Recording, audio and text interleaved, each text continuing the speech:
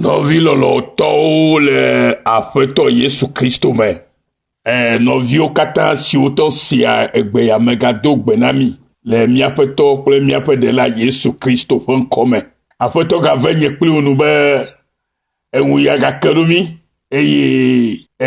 míegafɔ le yeƒe ametakpɔkpɔ gã ma te, le yeƒe xɔname ƒe asi sesẽ ma te, elabe eya ŋutɔ koe le esiawo katã wɔ na mi gbeawo tso gbe,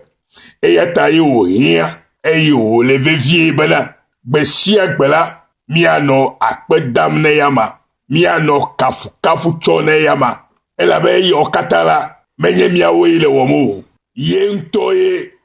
ye kpɔa míaƒe nyawo gbɔ na mi, ye ŋutɔ ye gblɔ ami toto ƒe dzɔdzɔ le eƒe ŋkɔ la ta, eya ta ye wòle be nye kplo sia be ame ko wòne la edze be míado dzesi esi ya le gbe sia gbe, ŋkeke sia ŋkeke me, alebe Mawu ke nye agbe gbɔgbɔ le mía me la na nya be mi hiã na ye, ne nya be ehiã na mi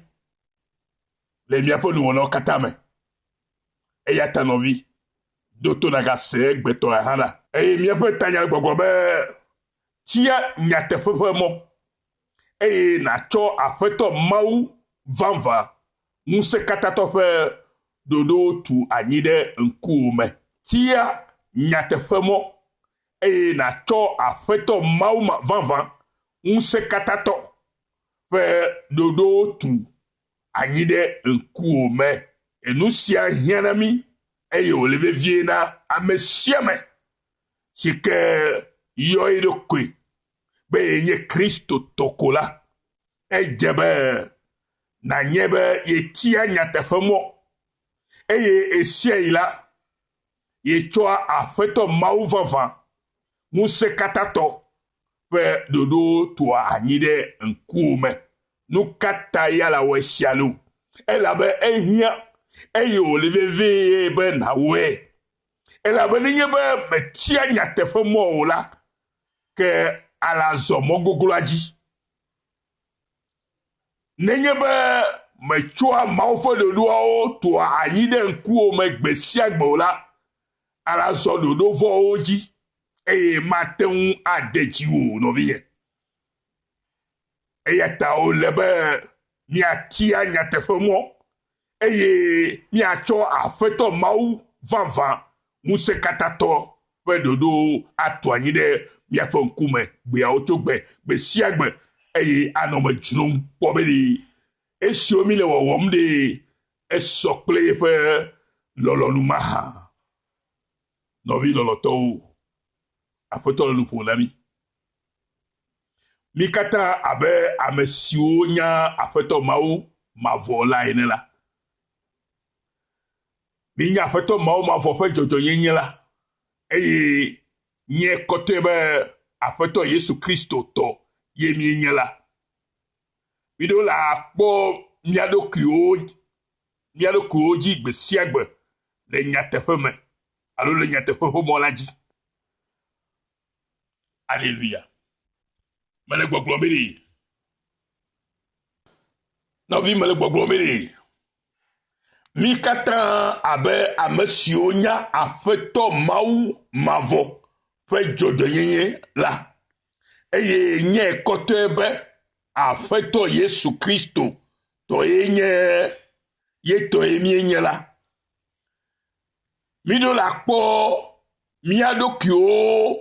gbe sia gbe le nyateƒe ƒe mɔ la dzi. Mele gbɔgbɔ mía ame siwo katã nye be mi nya Aƒetɔ Mawu ƒe dzɔdzɔnyenyea la, mi ɖo le akpɔe nyuie ɖe adze si bena gbe sia gbe la mienɔ Aƒetɔ ƒe nyateƒe la ƒe mɔ la dzi eye mitsɔa Aƒetɔ ƒe ɖoɖo tua anyi ɖe miaƒe ŋkuwo me. Anye bena Yesu ye nye emɔ la, nyateƒe kple agbe la. Nye bena Yesu Kristo ye nye emɔ la, nyateƒe kple agbe la. Yesu Kristo enye mo la nyatefe le agbe. Enyatia me toyala elebe na tue dalen kuome. Ne na no me jurong na kpo ela be nyaka ye nyaya le gbogbola yo. Yesu enye mo nyatefe le agbe. Emo nyatefe agbe. Yeta ye ya gwa tia nyatefe mo. Eye na to afeto mauvava musekata to fe dodo tu anide nkume. Jo nyatia me to ya me no vinye. Ne na kpo gome de lebe. Abeleke ogbre na mi de Yohane Fagbata wene. Bukui amatia mene. Ne ameshia mesi ho a Kristo Yesu jise. Le nyatefe te wa esia untidola esia ya miate akwe a jesibe mau voludro dodo mau fo voludro dodo so unto mau fo voludro dodo so unto igobe mau fo nyao leme eye ole onyenya matro enya siokata gola ole teve eye tejewe la kpodo kole ala tienya tefia alebe a cho mofo dodo atu ture o ton kuome ye ala kpoe a jesibe mau vonu dro dodo sonto mofo vonu dro dodo la o sonto eye miate nwa onka miate akude efe enkudo ji nyawo gongo ne mi nye de la mi to kure fe nkudo ji nyao ano nkudo ye fe nyao jinami e mi akude gongo alebe afeto magana ngu na pe mi apo gbede o ne mi to wa shala ngu ma pe o apo gbolo no vinye raba afeto me na be npe na mo ke mi to fo nu ona o ke mi yo na mi lo ko mi ye Kristo to vo e mi me tia nyate fo mo la ye nana bena no bana be mpename vonenye ba nye Kristo to le nyate fo meleke ba e cho mafo le mafo nyate fo moaji e cho mafo de lotua on to akuome se no a ma jiro po le nya pe onu de kala no vie ala nya meke ma obina nye danda madai e yata ne ele alianami mi okonye Kristo to o katara mi akpo ado jesi benare afeto fe gbogbo kokela le ye le mi akplum ne yebe ele ale anami ye mi to wa sia tu me glola ke mi afa Kristo to nyenye a defia eye wa na mi to jesi bena afeto fe gbogbo kokela ye le mi akplum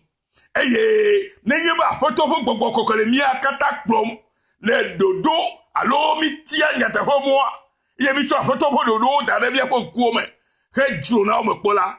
gbogbo de kaila kplomi eye mi ade susu kele tefe eye mi awonu kele tefe ha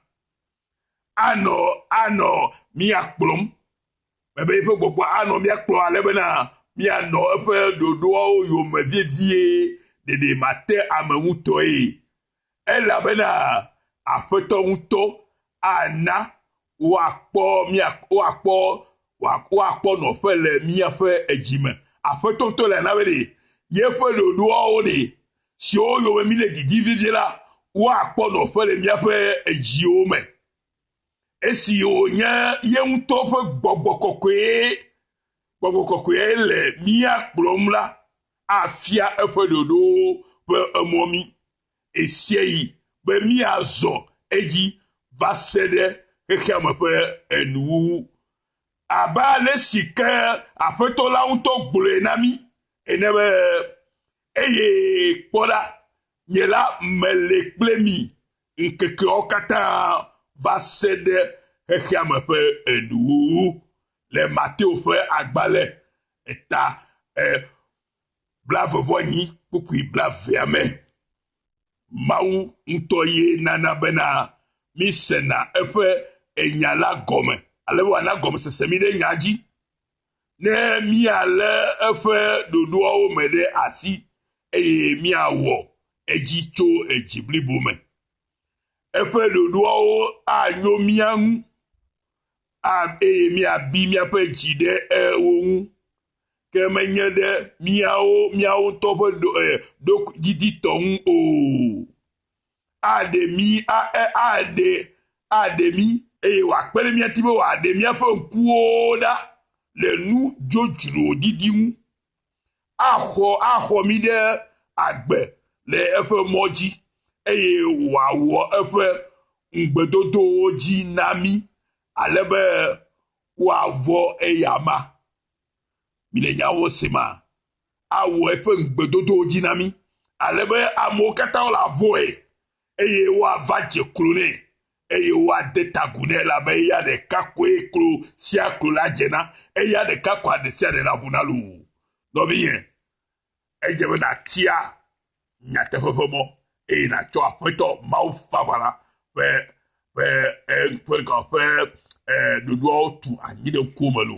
ne nadzro me sia yi ale be nakpɔ yeƒe nyateƒe nya eye nade wo dzi o, nade mia katã dzi lo. Aƒetɔ ne yra wo gbea negayra wo ke neganɔ yra nu ɖaa le Yesu Kristo ƒe ŋkɔme. Agase nɔviwo Yesu dzo woyra Mawu lolo avɔdzi la ƒe egbe your true forgiveness mission Australia na nya dometɔ le sia lo. Mawu yra mi keŋ sia